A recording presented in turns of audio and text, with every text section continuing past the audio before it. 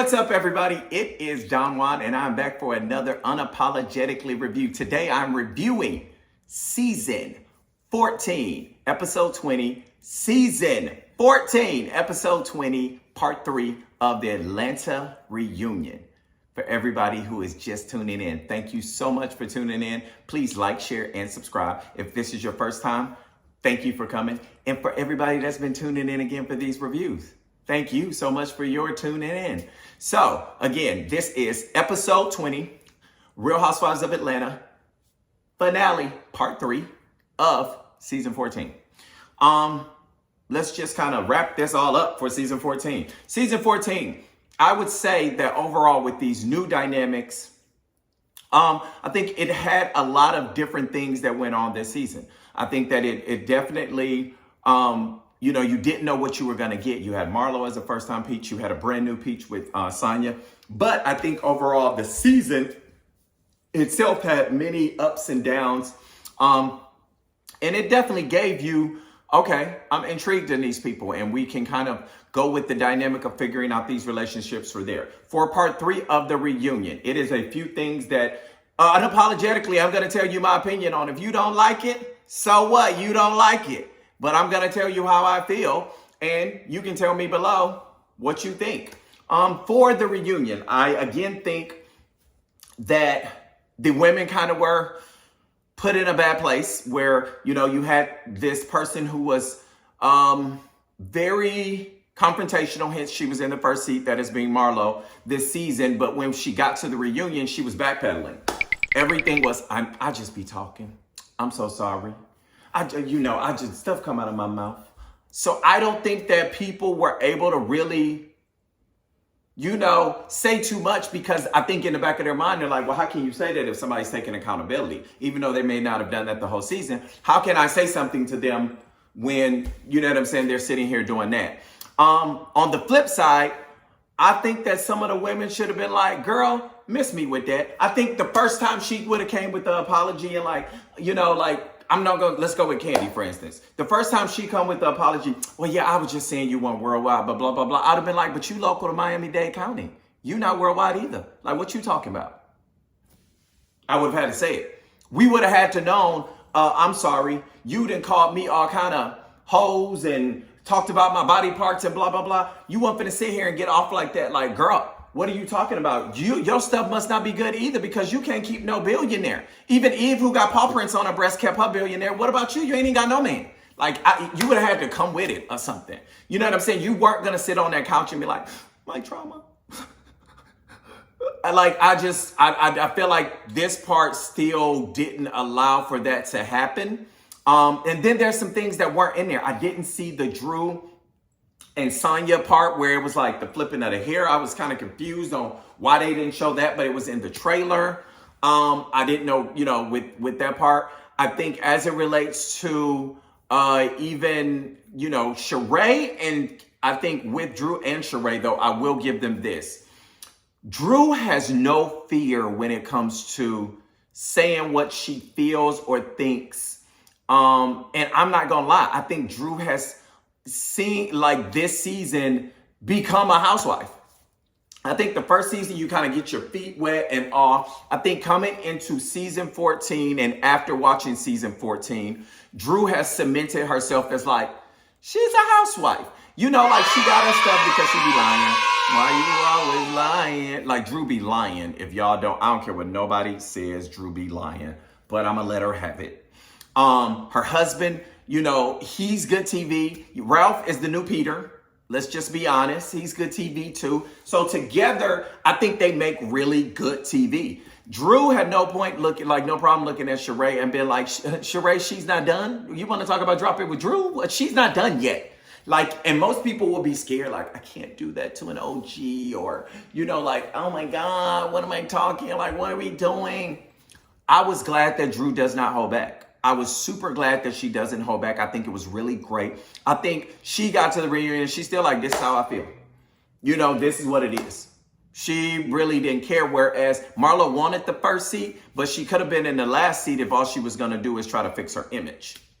Because I think it was very much an Olivia Pope. Let me fix my image. I just told some kids that I should be taking care of to get out. I've been coming at, somebody like Candy who, unless you really, like, she gives you a reason, you probably shouldn't have. So people are coming at me. It's not, she has some of the characteristics, meaning she says whatever that past housewives, long-standing housewives, they've been funny with theirs though. And she wasn't funny with hers. So I think that's why sometimes it fell flat. It was like, it wasn't funny. Like, you weren't giving comedy with it. You were just looking evil spirited. You know what I'm saying? And I want to say, and I don't, if Marlo is watching this, if someone sends this to Marlo, you cannot come back into season 15 and not be willing to not start the fire, but then once the fire is in, like, be trying to fan the smoke to be like, well, my trauma. You can't do that. I'm sorry. Nobody wants to hear it. Nobody cares. Nobody is interested in you trying to fix your trauma later. If you gonna do it, stand tall in what you do. That's the one thing I'm gonna say. Stand tall. If you are gonna be the villain, you're gonna be the bad girl, you're gonna say whatever you're gonna be giving to people to stand tall. Yup, I said it. At that point, that's how I felt. Not I don't know, I just be talking. What do you mean? Like, I don't want to hear that. Don't be that girl and don't feel like you trying to come in and take the front seat. If when you get to the front seat, you ain't finna drive the car because you were in the front seat and Sheree was in the front seat and y'all supposedly were in the front seat because y'all had the most drama this season. But when you came down to it on the reunion, y'all driving and y'all drama didn't really drive me like that. I'm sorry. Like, y'all could have been at the end. Y'all could have been on, y'all could have been in the husband section behind because it really wasn't doing that for me this time. And I'm not blaming it all on them. I'm just saying, like, people say the first seat and they're wondering how people get the first seat. Usually it's people with a whole lot of drama. I think Candy had the first seat one time and she was like, oh my God, if this is what it takes to get in that front seat, you know what I'm saying? But you have to have a lot of drama. But if that's the case, they're expecting no sitting right there with Andy. That drama that you was holding during the season, you're going to hold it. And I don't think either one of them did it. I don't think either one of them really gave what a front seat, is supposed to give. I'm just going to be honest. I think all of the other women's kind of felt stifled. It just kind of looked at Kenya wasn't the same. I feel it's like you're sitting there and you may want to be like, girl, shut up. But then you're like, she just said, I apologize. Well, I guess I can't say shut up. You know what I'm saying? Like, I just look like a bad person if I say shut up at that point. I think when the husbands came out, that was a great kind of different dynamic. You notice on this though, and maybe I'm the crazy person, but did you guys notice that prior, most of the women on this show used to have a man? Now it's only 3 women that got husbands. So these the real lonesome single chicks of Atlanta or something. Because none of them got men that's with them, that's riding, even if it was their boyfriend or they was engaged or they was their partner or, nobody had anybody behind them except Drew, Sonya, and Candy. Nobody else had a man. Not dissing them for being single. I'm really not. I'm just saying, like, this used to be a whole show with the men behind it. The men had their whole dynamic, which I can see. And I know outside of that, these guys get along and they're good. And, but it used to kind of be this real dynamic that I need y'all to get some men. Y'all need to, or get somebody, even get a woman. I don't care who you get, but get somebody. You need a partner. You need somebody that can kind of, you know what I'm saying? Like, because it just felt different. The other shows have that. When I've seen some of the other reunions, the husbands come out, most of them got somebody. Somebody need to get somebody for this season. Not saying fake it for somebody, but somebody need to get somebody. I think that, again, Ross is just kind of learning. He's kind of a really nice guy. Todd understands what this is as it relates to being on this show. And Ralph understands the assignment. Ralph is made for TV. Ralph is made for TV. Drew and him, I think, understand this. They're made for TV. He tried to backpedal a little bit. I had to give it to him. I'm cool with Ralph, but when you sat there and you talk about the 3 reasons to adopt, bro, you stopped at number 2 and you couldn't remember number 3. The birds was even chirping. I'm gonna need you to figure that out next time before you rehearse the answer and the apologies. But him and Drew overall, even through the season, like, You know, he had some moments. He told her she was a Lunchable, not that lobster dinner. I think that they definitely did that part for the season. I think that I'm interested in seeing Sonya in this upcoming season and how this dynamic worked, because I will say Drew Sidora has made herself a housewife in my mind. Like, you know, that, okay, she can be around for a few more seasons. And I don't think she's going to let up on Sonya's neck. And I don't think she's going to let up on Sheree's neck, to be honest. I really think she like, and I think the people like it. She like, I put a Vex on you chicks. You think that you coming for like. Oh, bitch, cause I'm feeling Honolulu, bitch. I'm feeling Tiki swell, bitch. Gonna come through and curse you, bitches. Curse you, bitches. Like, I really think that she found, like, don't nobody care if you come for them. You know what I'm saying? And she's like, cool. They do me wrong. I'm making sure I come for them. Everybody else, she kind of plays it a little nice. I'm interested in seeing how Kenya comes back and this dynamic with her and Marlo, obviously, because, you know, I think Marlo is going to come in if all these women are coming back for season 15, if so, then I think Marlo may be a little scared to, you know, be that cold-hearted or mean this upcoming season, because the fans roast her. I ain't gonna lie, y'all roasted her. Y'all roasted that lady, and so she got in here and she felt like she needed to fix it. I really felt like a crisis manager sat with her and was like, that ain't it.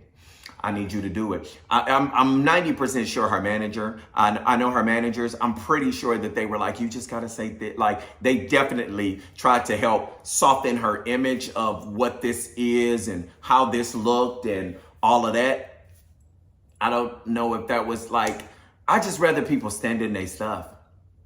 You've watched me on The Housewives for numerous seasons in that role. You've seen me on Candy and the Gang, but even in that, I'm gonna stand in This Is What It Is. Whether you like me, hate me, love me, can throw me away, whether you see me on the street and you think I'm the worst person in the world, if I said it, I'm gonna stand in it. If I believe it, that's what is gonna go with it. So me saying what I feel, in season 14, Marlo played y'all when she was doing all of that blah, blah, blah. And then she got up there and did that fake apology. So she played you. Let's see what she comes in season 15 if she comes back in. Sonya, I want to know, is that you're going to be this nice with the rest of these ladies for the rest of this? Because Marlo be on some bullshit. Let's see if you're ready to call some people out, and don't be mad when people call you out. Drew, you keep on just doing that craziness that you're doing, but you definitely be lying. Sheree, I'm gonna need you to work on these clothes because we definitely were still rooting for you, but you be lying also, and don't try to backpedal and be nice. Like, yeah, you can say the OG part of it and you, and people need you for clickbait, but sweetheart, you need everybody else for clickbait to sell those clothes. So let's not flip the script and try to act like everybody was needing you. People were rooting for you and everybody was still writing for you.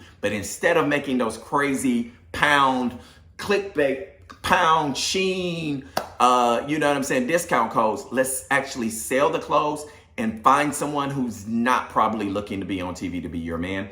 And stick to what you said. If you said it during the season, don't be like, I don't remember. That I don't remember doesn't work. Kenya, I love that you have found motherhood. I love how, you know, your daughter, and we're seeing this dynamic, but don't let these chicks like sit on the sideline and like try to play you out and you just be like, okay, like that ain't gonna work. And Candy, I'm sorry. You let them play you one more time if you come back for season 15, which I think you announced in another video. If you let them say some of the crazy stuff that they said about you and you still like, oh my God, I'm gonna help them, then you damned if you do.